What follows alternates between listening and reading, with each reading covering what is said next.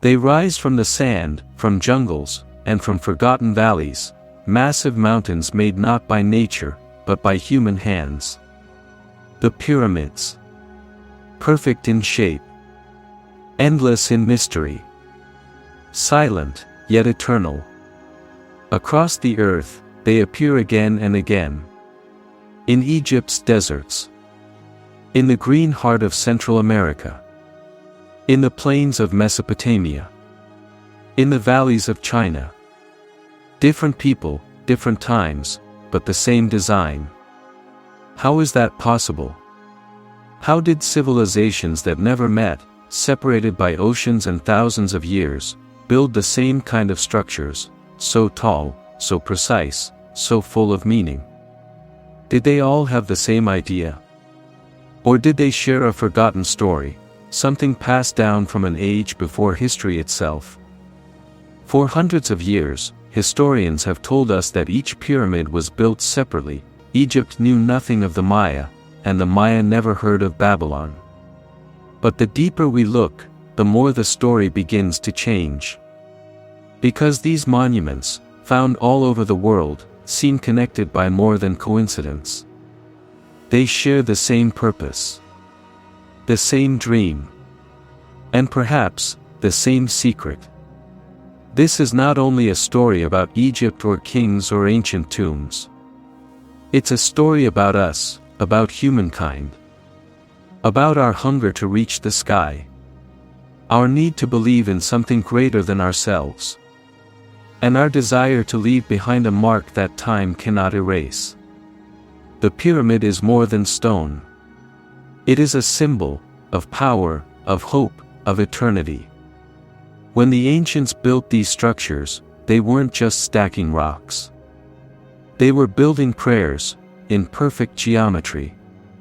Each layer, each block, each angle was a message to the heavens. Maybe that's why every civilization built them, even without knowing each other. Because deep inside, all humans share the same feeling: we want to rise. We want to last. We want to be remembered.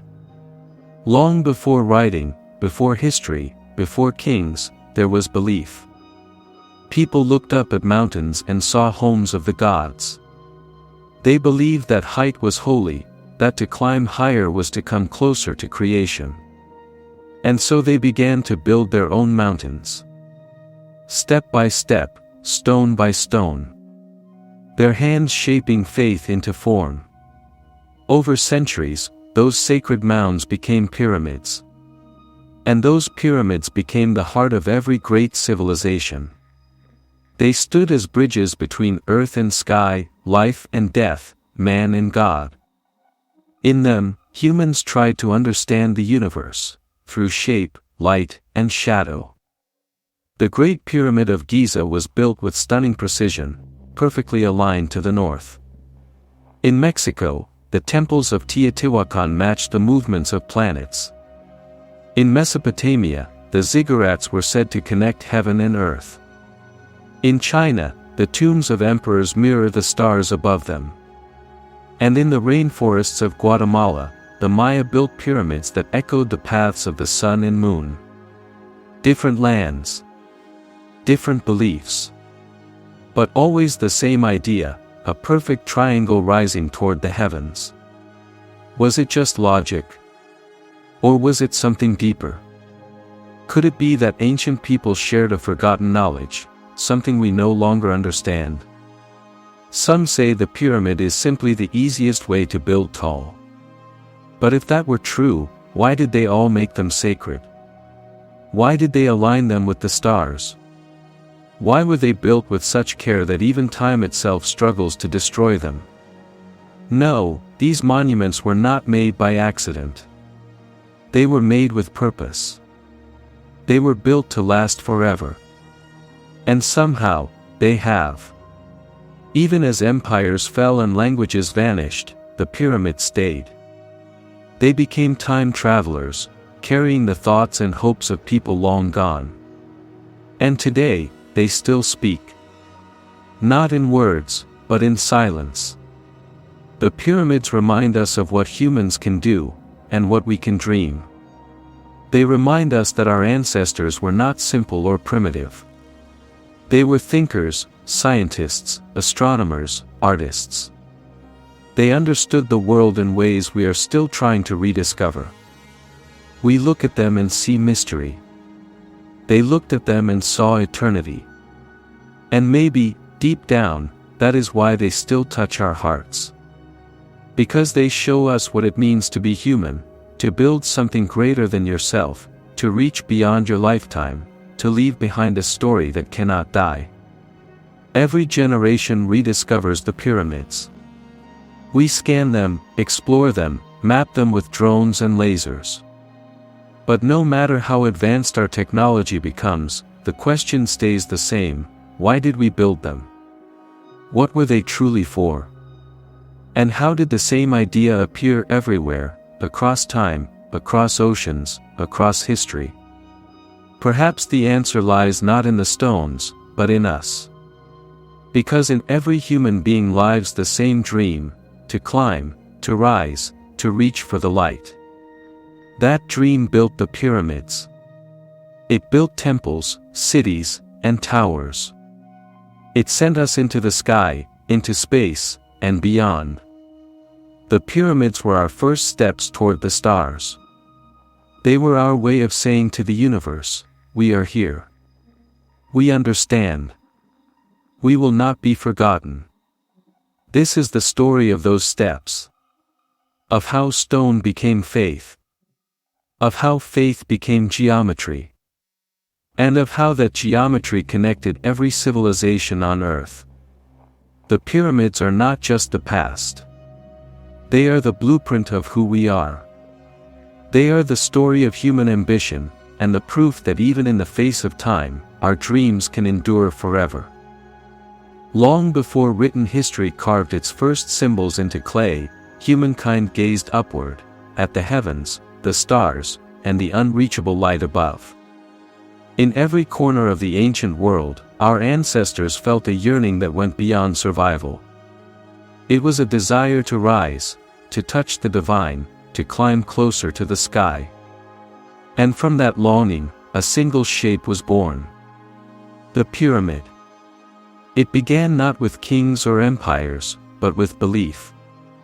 Before the first civilizations, ancient people raised earthen mounds and stone platforms. They were not fortresses or homes, they were altars, stairways, and symbols of rebirth. These were humanity's first attempts to build sacred mountains, echoes of a world where the sky was still a mystery, and the ground was still sacred. At sites like Göbekli Tepe, in modern-day Turkey, a temple older than the pyramids by 6,000 years, massive stone pillars rise from the earth in perfect circles. They carry carvings of animals, stars, and symbols of life and death. No homes, no cemeteries, only ritual. It was a place where humans tried to meet their gods halfway. Here, on the edge of the Ice Age, the first seeds of sacred architecture were planted. And as these early people looked upon their stone circles and mounds, a vision formed: if the gods lived above, then humanity must build upwards. Across the world, this same idea was taking shape, long before any civilization knew of the other. In ancient Europe, at Carrowmore and Silbury Hill, vast artificial hills of earth rose against the horizon. They were tombs, temples, or both, their purpose now lost to time, but their message unmistakable: the higher we build, the closer we come to eternity.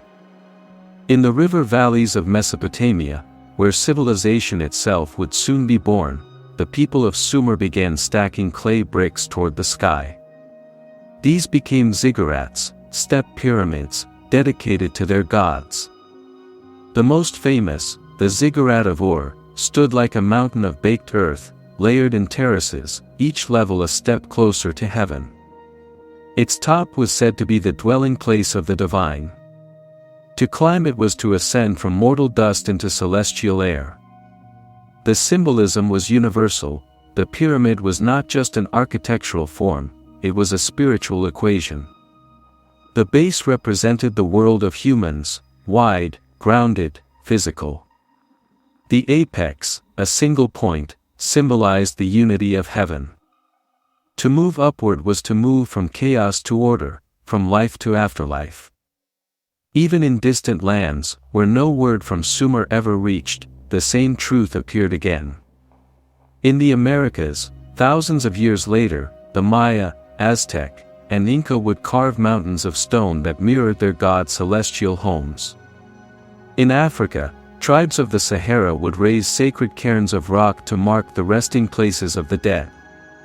And in Asia, ancient peoples built mound temples that rose like steps to the sky. What connects them all is not stone or technology, but the instinct to build meaning from earth. To turn landscape into memory. To shape the unseen into something permanent. Archaeologists debate the practical reasons: stability, symmetry, simple geometry. But the pattern runs deeper than mathematics. It speaks of something psychological, even biological, the universal human drive to reach upward. To rise beyond what is. For millennia, the pyramid would evolve, from mound to monument, from clay to limestone, from temple to tomb. But its soul would remain unchanged. Every brick, every step, every layer was a story, a message from the mortal to the eternal.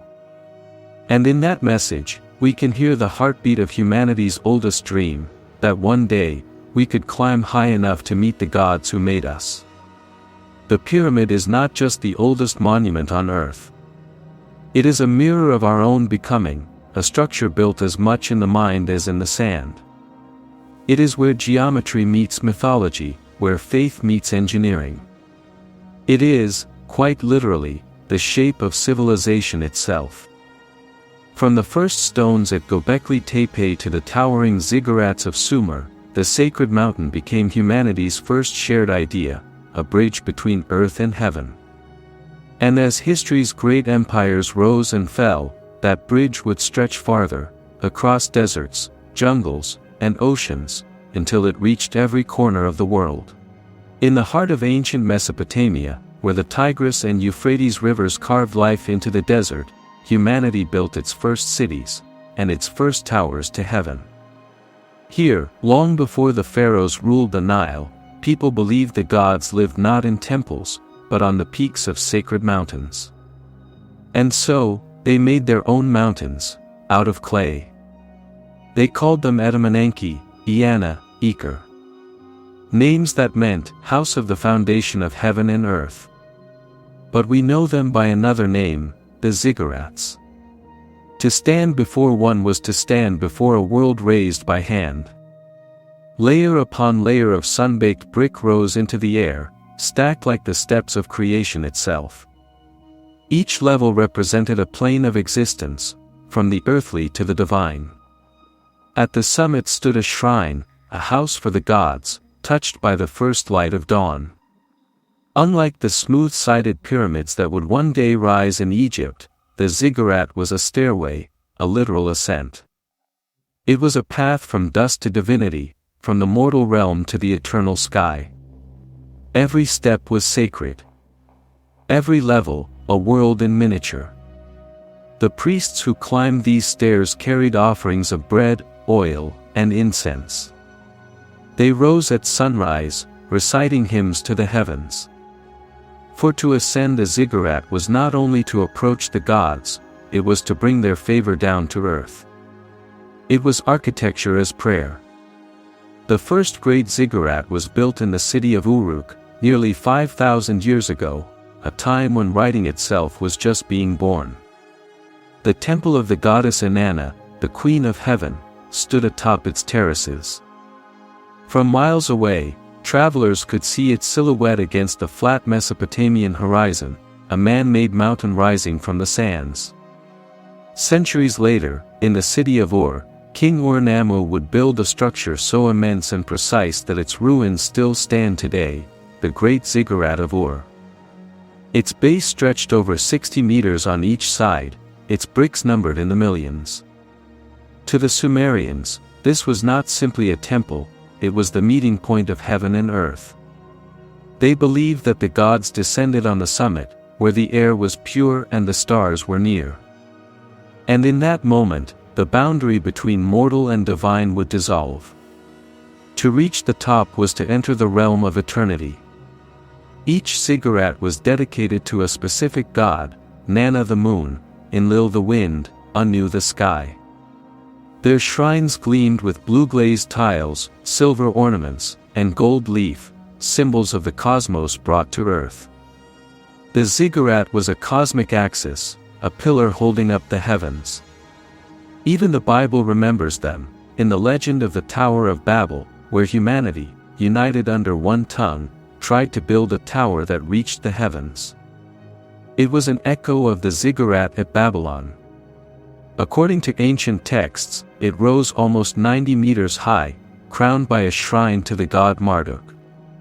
Its top was said to touch the stars. To the ancient builders, this was not arrogance, it was devotion. They did not seek to conquer the heavens, but to invite them closer. The ziggurat was the physical manifestation of their faith, a geometry of worship. But with time, the rain and floods eroded the mud brick towers. Dynasties fell, languages vanished, and the gods' names faded into dust. The once glorious ziggurats were swallowed by the desert they had defied. And yet, their idea endured. Thousands of years later, when new civilizations rose along new rivers, the same sacred logic appeared again, stone upon stone, reaching upward. In Egypt, the first step pyramids would mirror the form of the ziggurat, stairways for kings instead of gods. And across the ocean, in Mesoamerica, temples would rise with the same purpose, to connect the human with the divine. Perhaps it is coincidence. Perhaps it is memory, a shared inheritance buried in the collective human mind. The ziggurat marked the beginning of that story. It was the first true architectural conversation between man and the divine, a declaration carved not in scripture, but in brick. Today, the remains of these structures lie half buried in the soil of Iraq and Iran. Their walls are cracked, their summits lost to time. But stand among their ruins, and you can still feel what they once meant. The sense of scale, of reverence, of striving. The echo of footsteps climbing toward the sky. It was in Mesopotamia that humanity first realized, to build upward was to defy the limits of flesh and soil. And from that revelation, a new age was born. An age where faith became architecture. Where the divine was not only prayed to, but constructed, brick by brick. The ziggurat was the first great pyramid of the world. And from its shadow, other empires would rise, carrying its spirit to every corner of the earth. In the endless gold of the Sahara, where the sun never blinks and time itself seems carved from stone, a new idea was born, not of clay and mud, but of permanence. Here, along the Nile, humanity perfected the dream that began in Mesopotamia. And from the dust of the desert, the world's most enduring monuments arose, the pyramids of Egypt. To the ancient Egyptians, death was not an ending, it was a transformation. The tomb was not a grave, but a gateway, a machine for eternity. And to pass through it, the soul required a structure worthy of the gods themselves. Thus, the pyramid became not just a symbol of faith, but the very architecture of resurrection. It began humbly. In the city of Saqqara, around 2700 BCE, the architect Imhotep, serving the pharaoh Djoser, took the ancient mastaba, a simple rectangular tomb, and stacked it upward, step by step. For the first time in history, stone defied gravity. The result was the step pyramid of Djoser, 6 levels high, shimmering under the desert sun like a stairway to the heavens. It was a revolution, not just of engineering, but of imagination. The Egyptians believed their pharaohs were divine, living gods whose spirits would ascend to the stars after death. Each pyramid, therefore, was built as both tomb and cosmic vehicle. The base aligned with the four cardinal directions, its angles mirrored the rays of the sun descending to earth. Every block of limestone, every chamber and passage, served a sacred geometry, a map of the afterlife. From Djozer's innovation came ambition. The rulers who followed sought to perfect what he had begun. King Sneferu, the great experimenter, built not one, but 3 pyramids. The bent pyramid of Dashur still bears the scars of his trial, its angle changed midway through construction, a mistake that taught the ancient engineers how to balance weight and height. His final success, the Red Pyramid, rose smooth and stable, the first true pyramid in history. But it was Sneferu's son who would etch eternity into the horizon. Around 2560 BCE, under the rule of Khufu, the Great Pyramid of Giza was born, a mountain of precision, built not by slaves, but by tens of thousands of skilled workers, craftsmen, and farmers bound by duty and devotion. It stood nearly 150 meters tall, composed of more than 2 million limestone blocks, some weighing over 15 tons. And yet, it was built with such mathematical accuracy that modern instruments still struggle to detect a single misalignment. Its sides faced the cardinal directions with less than a fraction of a degree's error. Its proportions encode the golden ratio. Its internal shafts align with the stars of Orion and the pole star, guiding the pharaoh's soul to join the gods in the afterlife. It is both an observatory and an eternal house. To this day, its construction remains a riddle, a harmony of art, science, and faith that seems almost superhuman. But to the Egyptians, there was no mystery. Only devotion. They called it Ake Khufu, the horizon of Khufu. To them, the pyramid was not just a monument, it was the dawn itself, frozen in stone. As centuries passed, Egypt's builders refined their craft. The pyramids of Khafre and Menkaure followed, guardians of Giza, watched over by the enigmatic Sphinx. Its human face and lion's body represented divine kingship, the eternal fusion of man and God. But the age of great pyramids was brief. The wealth and labor they demanded were immense. Later pharaohs turned to hidden tombs in the Valley of the Kings. And yet, the legacy of the pyramid endured, its silhouette became Egypt's eternal signature, a symbol of cosmic order, the balance of the universe. To the Egyptians, every pyramid was a mirror of creation itself. The base represented the primordial mound, the first land to rise from the waters of chaos. The apex symbolized the Benben stone, the sacred point from which the sun first rose. Each structure was a recreation of the birth of the world, a reminder that life and death were one continuous cycle. In carving these mountains of stone, Egypt gave humanity its greatest monument to time itself. A shape so pure, so timeless, that it transcended its creators. Even today, more than 40 centuries later, the Great Pyramid still stands, older than our languages, older than most of recorded history. No other structure on earth carries such weight, not just of stone, but of meaning. It whispers to us across the ages, that humanity once reached for the sky not to conquer it, but to belong to it. The pyramids of Egypt are not relics of a lost civilization, they are proof of what civilization means.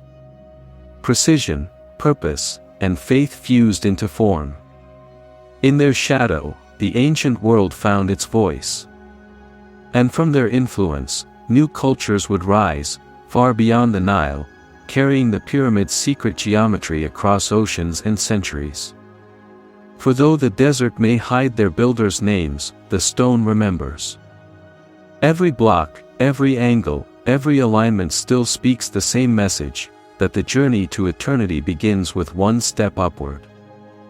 South of Egypt, beyond the narrow valley where the Nile flows through ancient stone, lies a land once known as Kush, the kingdom of black pharaohs, warriors, and priests who built monuments to rival those of their northern neighbors. For centuries, Egypt ruled this land. But when Egypt's own power waned, Nubia rose, and in its rise, it gave birth to pyramids of its own. Today, few know their names. They stand silent in the deserts of Meroe, Nuri, and El Kuru, half buried in golden sand. Yet here, more than 200 pyramids rise, slender, steep, and sharp, piercing the blue sky like spears of stone. They are smaller than Egypt's giants, but no less sacred. They tell a story of a forgotten kingdom that carried the flame of the pharaohs long after Egypt's glory had faded. The Kushite kings saw themselves not as imitators, but as heirs, rightful successors to Egypt's divine order. When they conquered Egypt around 750 BCE, they ruled as the 25th dynasty, restoring old temples and rituals that had fallen silent. They worshipped Amun, Ra, and Isis. They wore the double crown. And when they returned to their homeland, they brought with them the idea of the pyramid, but made it their own. The pyramids of Meroe were built of sandstone, rising sharply at angles of up to 70 degrees. At their base stood small chapels carved with hieroglyphs, scenes of kings before the gods, receiving the Ankh, the symbol of eternal life. Unlike the vast chambers of Giza, these tombs were compact, intimate, designed not for grandeur, but for devotion. Each pyramid marked the resting place of a royal soul, a bridge between the living and the dead. But the architecture of Nubia carried traces of Africa's deeper spirit, a blend of Egyptian ritual, sub-Saharan symbolism, and local belief. In their art, we see gods with lion heads, women crowned with the crescent moon, and kings portrayed with the strength of warriors rather than the stillness of pharaohs. Here, life and death were not opposites, they were two halves of the same eternal circle. And yet, the Nubian pyramids were not confined to Meroe alone. Farther west, in the deserts of Sudan and Chad, archaeologists have uncovered ancient tumuli, burial mounds shaped in conical or stepped forms, some dating back thousands of years before Egypt's rise. Even in Nigeria, the sacred city of Benin and the ancient Nok culture built earthen shrines and stepped platforms, echoes of the same upward vision that shaped the Nile. Across the African continent, from Ethiopia's highlands to Mauritania's dunes, the motif reappears: artificial hills, terraced sanctuaries, stone pyramids, each pointing skyward. They differ in material, in scale, in language, but the idea is the same. To ascend is to live again. In Ethiopia, the Aksumite kings would one day raise towering stone obelisks, slender and geometric pillars carved with false doors and windows, marking the entrance to the afterlife. Though not pyramids in form, they shared the same purpose: to immortalize the dead and to touch the divine. The African soul had taken the ancient idea and reimagined it, transforming the mountain of stone into the pillar of heaven. But time, as always, was unkind. Sandstorms buried the Nubian pyramids. Rivers shifted, kingdoms fell, and traders forgot their routes. When European explorers first stumbled upon the ruins in the 19th century, they were astonished. Pyramids, hundreds of miles south of Egypt, unknown to the modern world. Yet, for the Kushites, these were not mere monuments. They were messages, proof that their civilization had once stood shoulder to shoulder with the might of Egypt. Their pyramids whispered of continuity, not imitation. They were declarations carved in stone: we too are children of the sun. In their steep angles, we see evolution, not decline. Where Egypt built wide and eternal, Nubia built tall and defiant. Where Egypt sought perfection, Nubia sought spirit. One was the dream of order, the other, the song of resilience. Even today, under the blistering Sudanese sun, the pyramids of Meroe still gleam faintly at dawn, their tips catching the first light like torches of memory. Their builders are gone, their gods forgotten, their names erased. But the form endures, unchanged, because the shape of faith is immortal. The pyramid, it seems, is not the invention of one people, but the instinct of all. A shared geometry of the human soul. And while Egypt's monuments rose to eternity, Africa's others rose to be rediscovered, a reminder that the story of the pyramid is the story of the continent itself, ancient, powerful, and eternal. For in every grain of sand that rests upon those Nubian tombs lies a fragment of humanity's oldest dream, that death is not the end, and that stone can carry the soul beyond the stars. Deep in the jungles of Central America, beneath canopies thick with time, lie mountains that were not born of earth, but made by human hands. They rise in silence, covered in vines and moss, shrouded in myths older than memory. These are the pyramids of the Americas, built by civilizations that never knew Egypt or Mesopotamia, and yet, somehow, dreamed the same dream.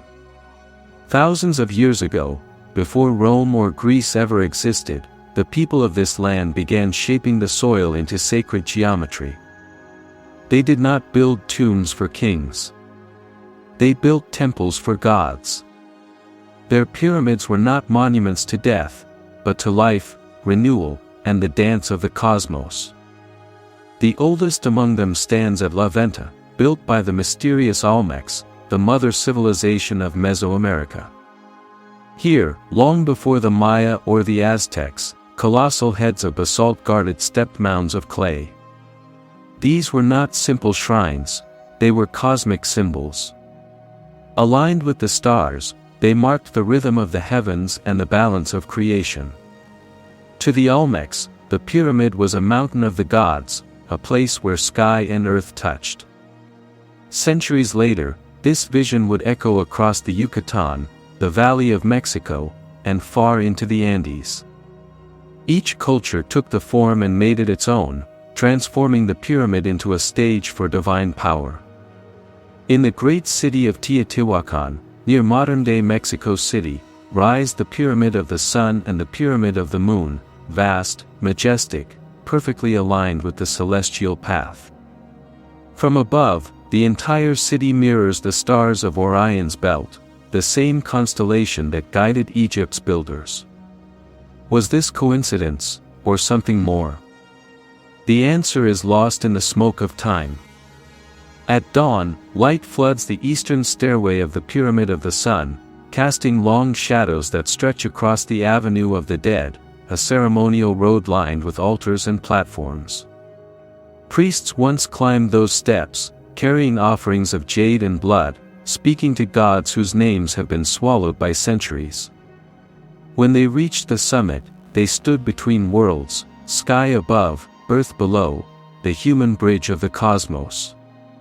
Farther east, deep within the jungles of Guatemala, another empire rose, the Maya. They built hundreds of pyramids across cities like Tikal, Palenque, and Copan. Each was a calendar in stone, a monument that measured time itself.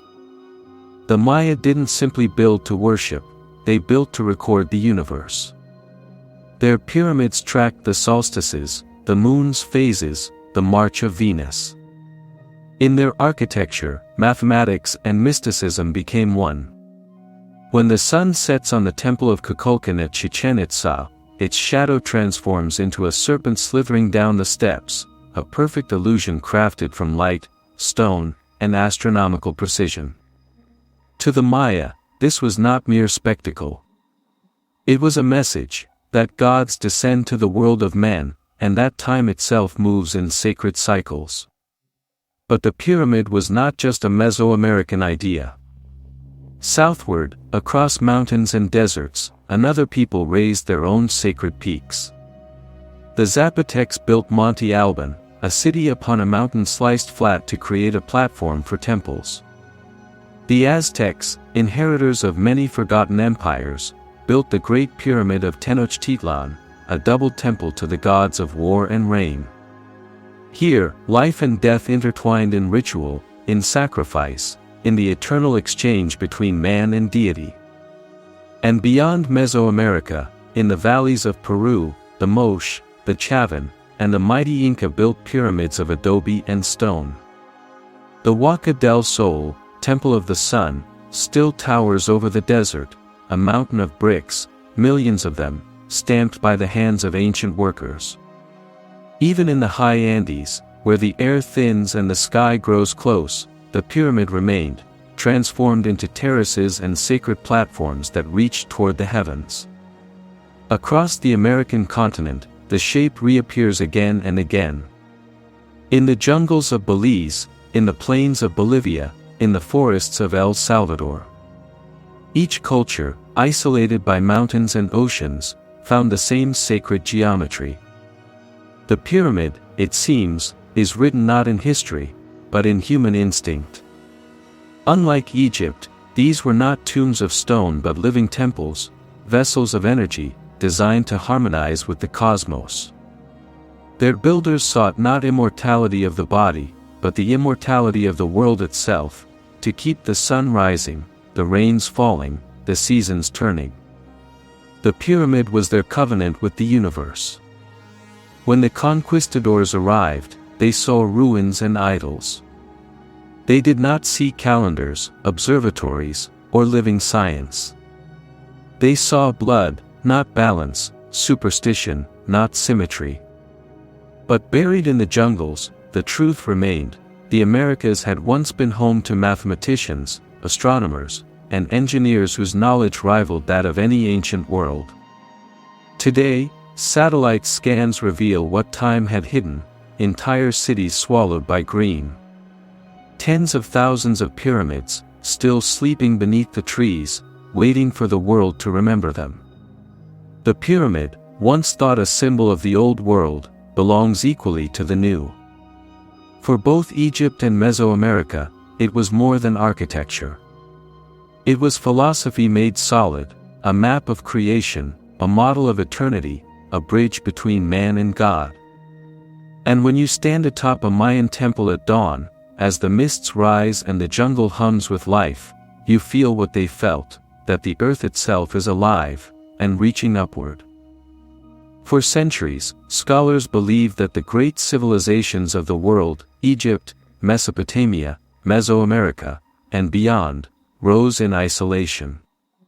Each a self-contained miracle of human ingenuity, each inventing the pyramid on its own. But what if that's not the whole story?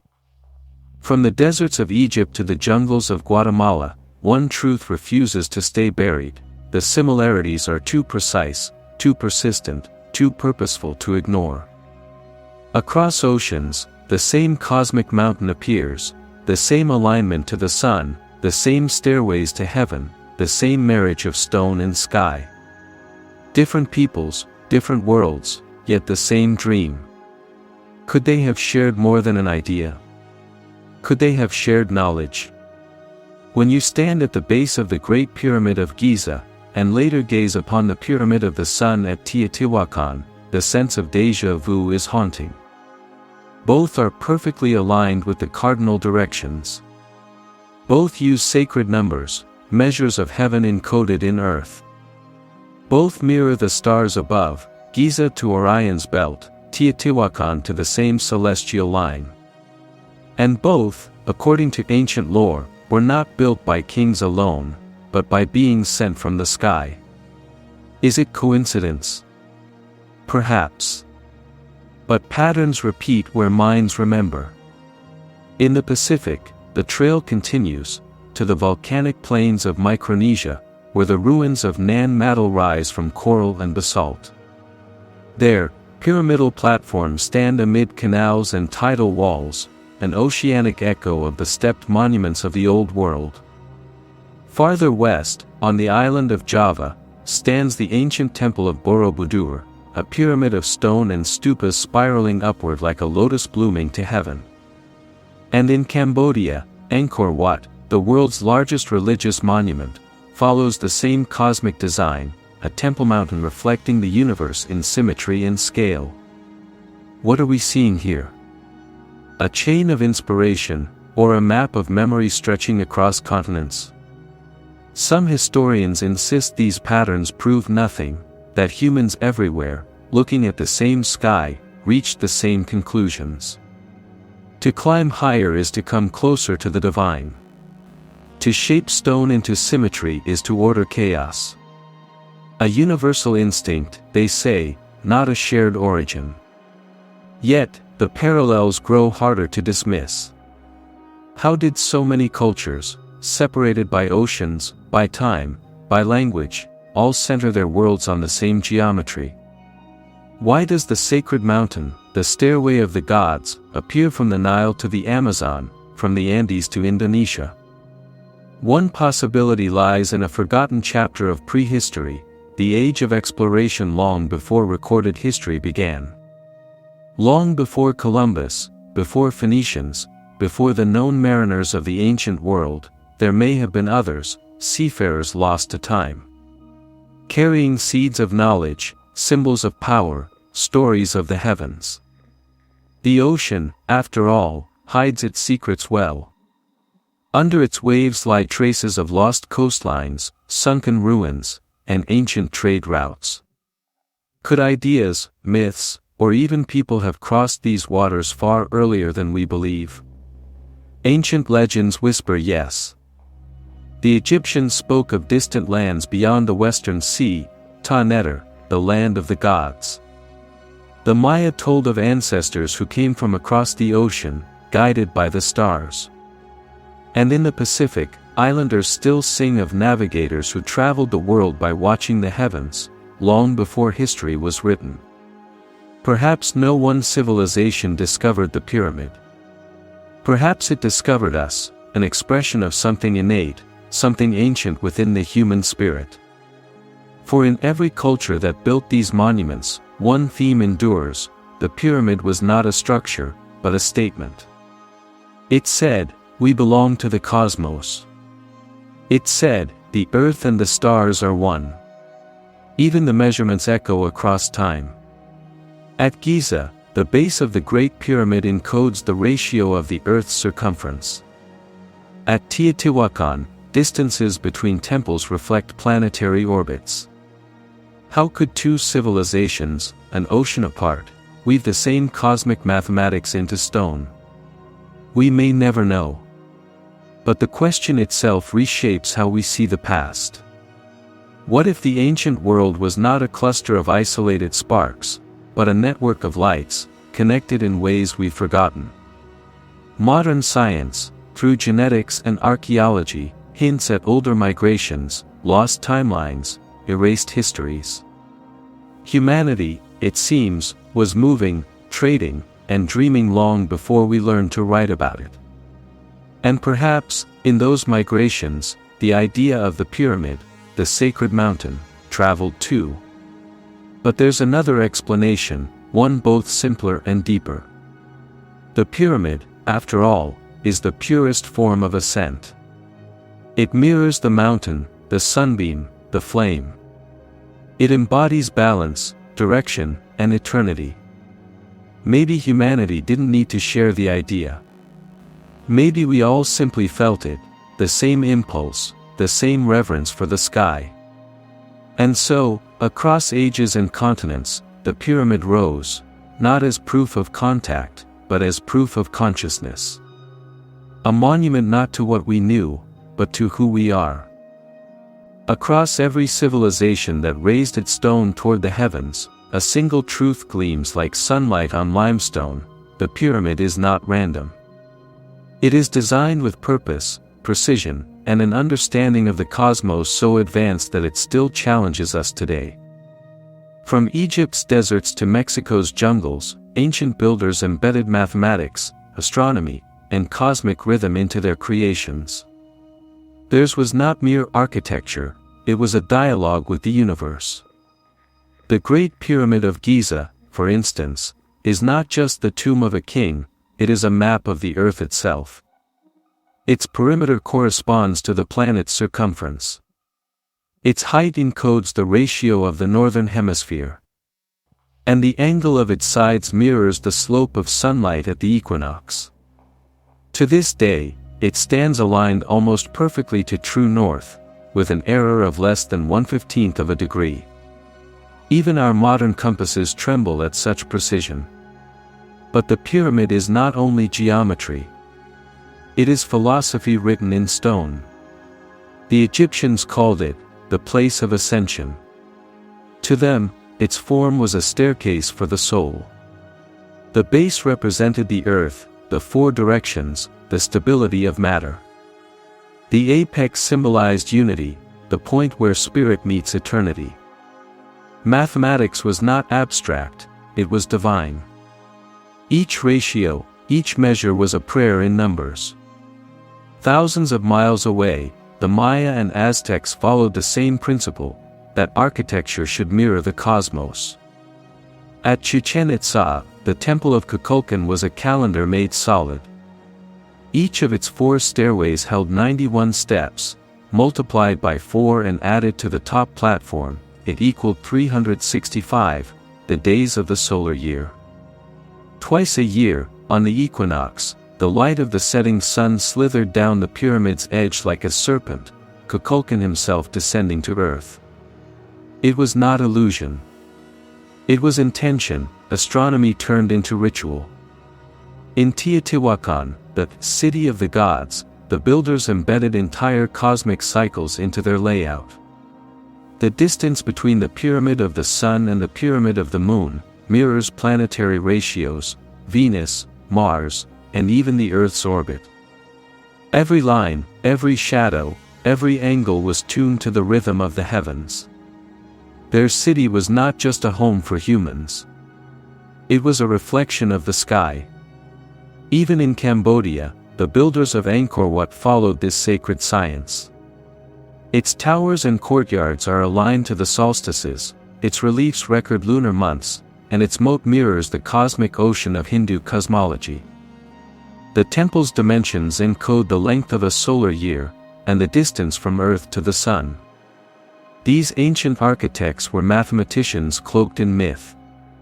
How did they know?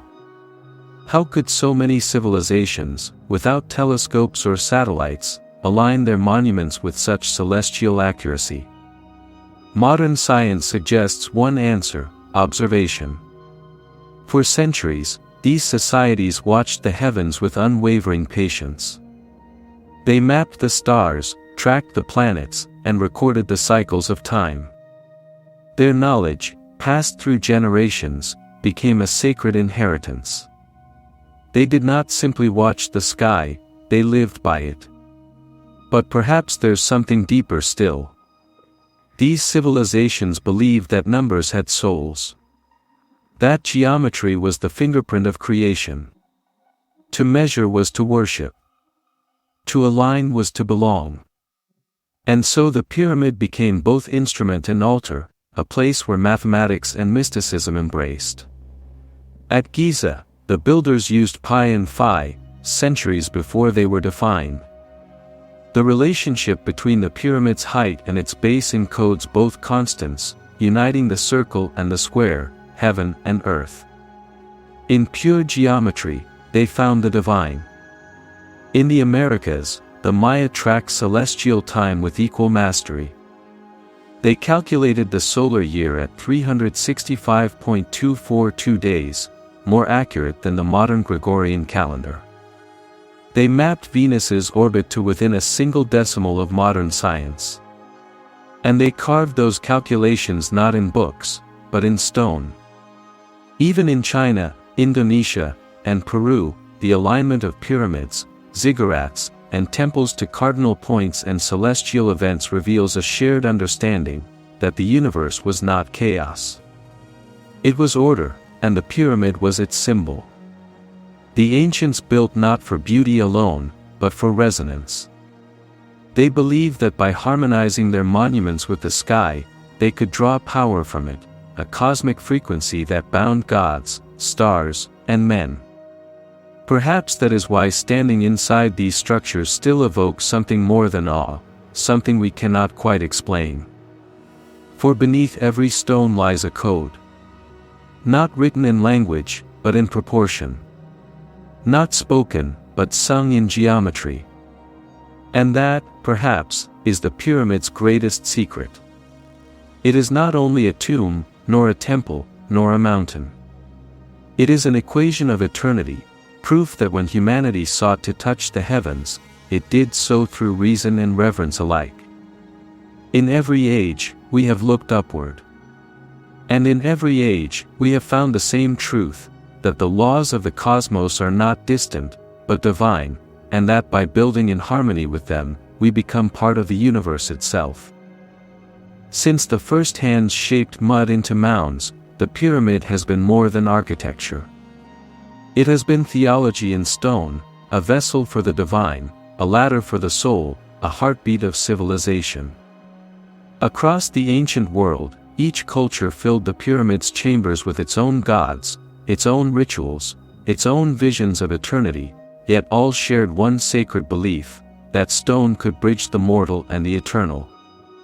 In Egypt, the pyramid was born from a single myth, the tale of creation rising from chaos. The ancient Egyptians believed that in the beginning, there was only darkness and endless water. Then, from the abyss, a mound of earth rose, the first land, the Benben. It was upon this primordial hill that the sun god Ra first appeared, bringing light into existence. The pyramid was a recreation of that moment, the stone version of the world's birth.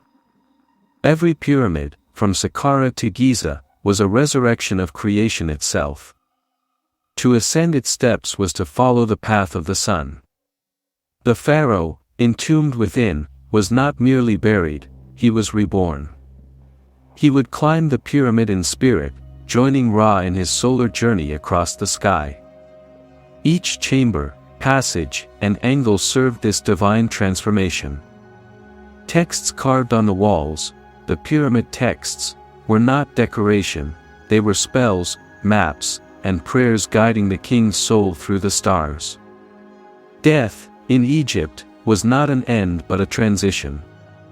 The pyramid was a chrysalis of immortality, a machine that turned men into gods. But while Egypt looked upward to the sun, other civilizations turned inward, toward the beating heart of the earth. In Mesopotamia, the ziggurat rose like a man-made mountain from the plains, a stairway for gods to descend, not for mortals to climb.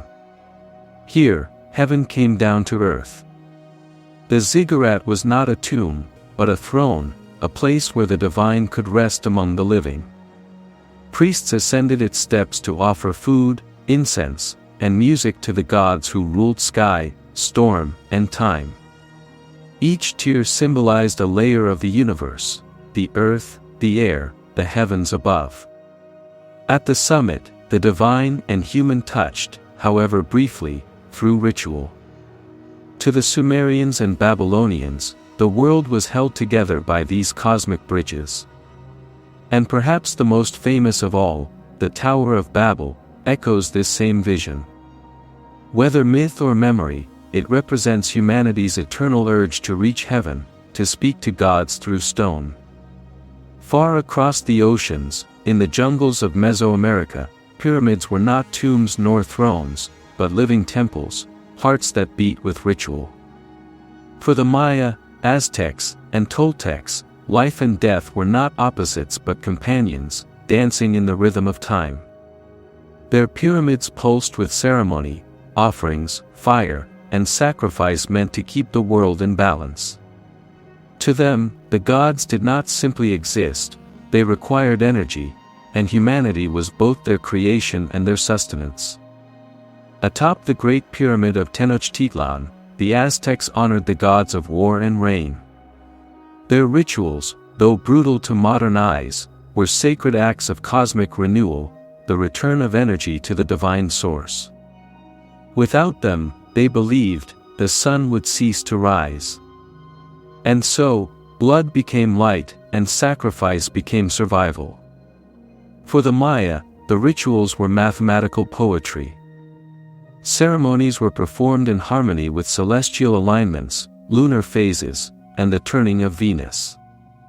To offer to the gods was to sustain the cycle of time itself, and their pyramids stood as calendars, keeping the universe in perfect rhythm. In Africa, at Meroe and Aksum, kings were buried with offerings of gold, cattle, and sacred symbols, reminders of their divine right and spiritual duty.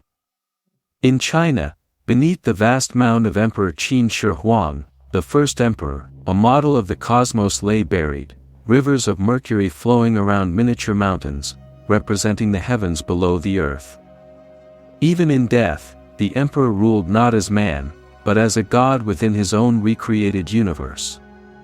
Across all these civilizations, the pyramid became a mirror of belief, reflecting the shape of creation, the order of the cosmos, and the hierarchy of divine power.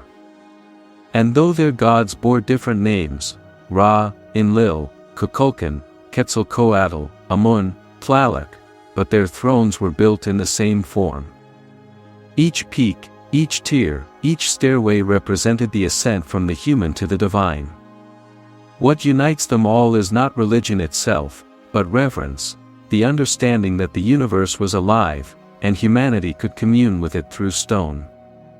The pyramid, then, was never silent. It was a temple that spoke. Its angles sang hymns of creation, its shadows marked time, its summit touched the realm of eternity. It was not merely where gods were worshipped, it was where gods were born.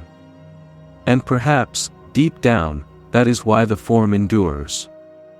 Because the pyramid is more than structure, it is faith turned into geometry. It is humanity's oldest prayer, frozen in stone. There comes a time in every age when the gods grow quiet, when the chants fade, the fires burn low, and stone is left to remember what flesh has forgotten. The age of pyramids, that golden era of divine ambition and cosmic order, began to fade, not in a single moment, but in a slow, echoing silence. In Egypt, the great pharaohs once commanded empires of stone. But as centuries passed, their pyramids grew smaller, their power dimmer. The colossal monuments of the Old Kingdom gave way to modest tombs, hidden away from thieves and time. Even kings learned humility before decay. The wealth that once flowed into Giza's golden sands had been bled dry by endless labor and rebellion. The people who once revered their god-kings began to question their divinity. And when the Nile's floods failed, the faith cracked, like the stones of the pyramids themselves. The priests of Ra gave way to new gods. Temples replaced tombs. And the pyramid, once a symbol of divine immortality, became an ancient relic, too costly to rebuild, too sacred to destroy.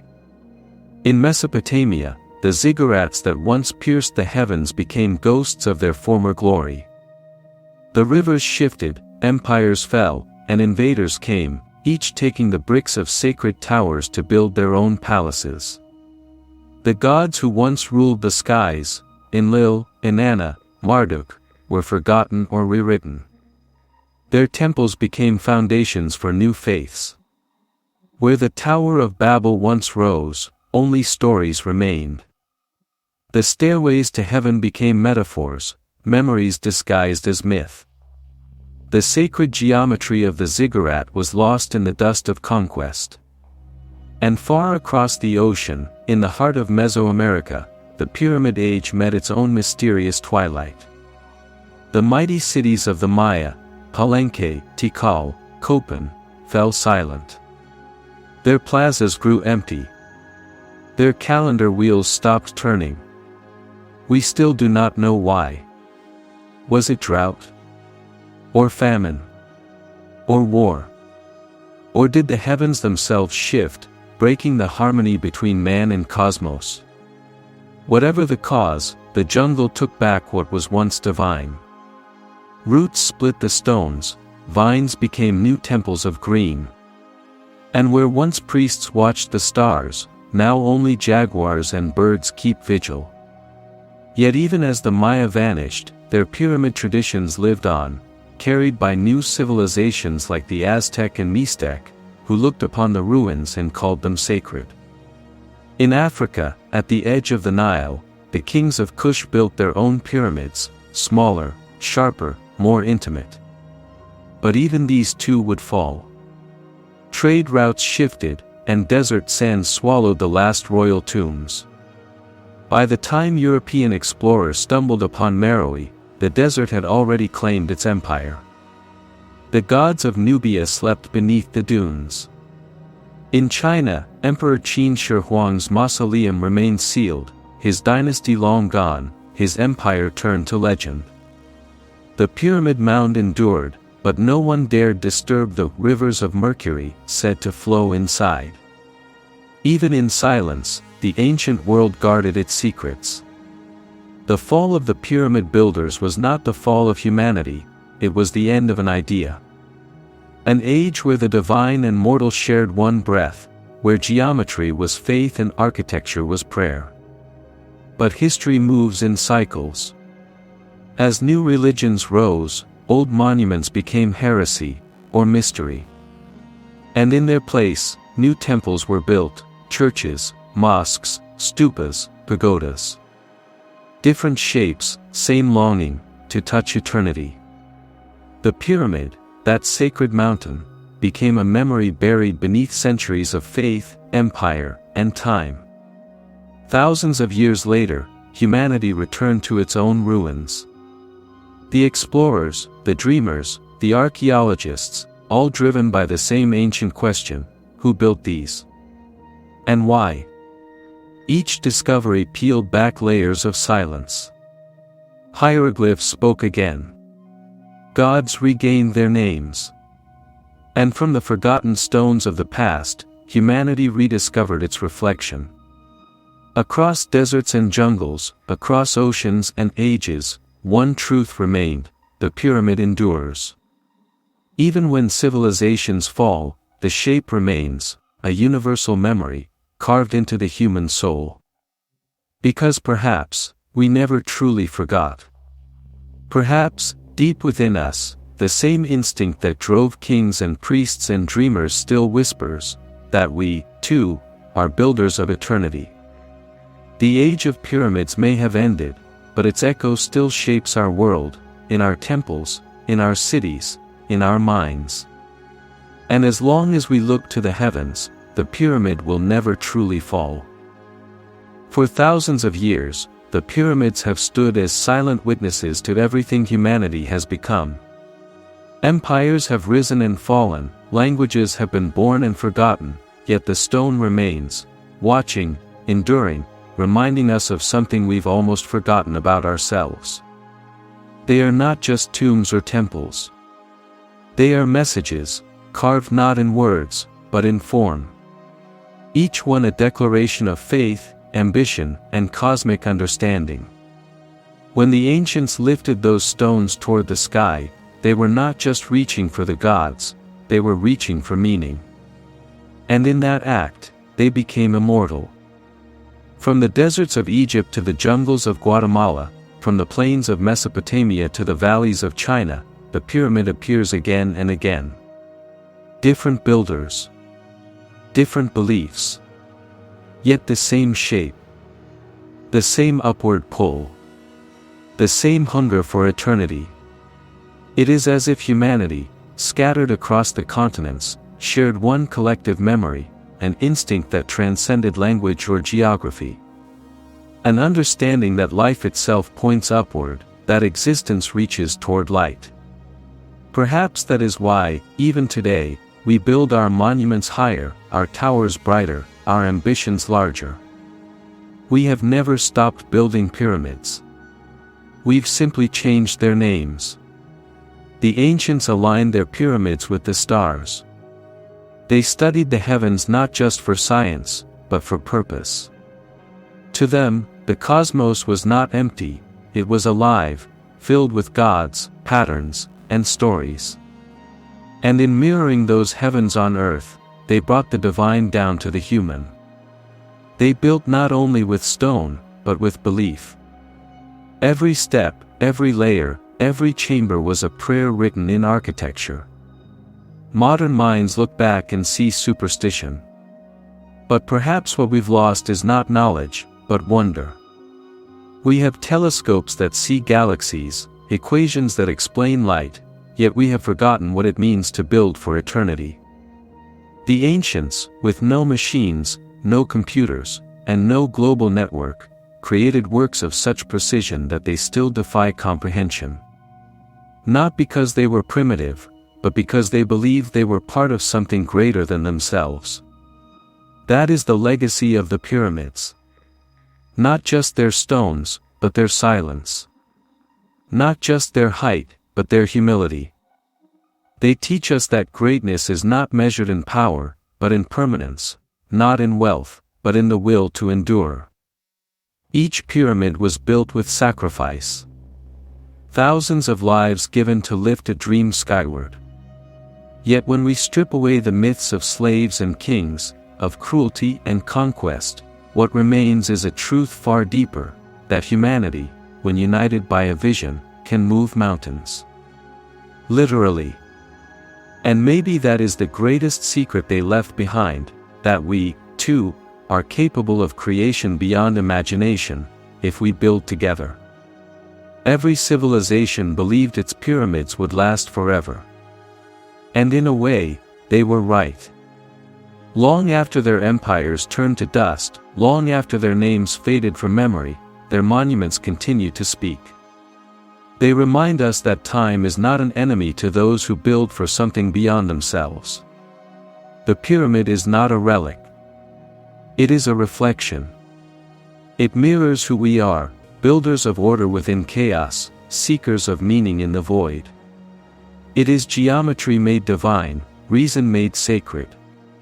And as we walk among their ruins today, we are not just studying the past, we are meeting ourselves.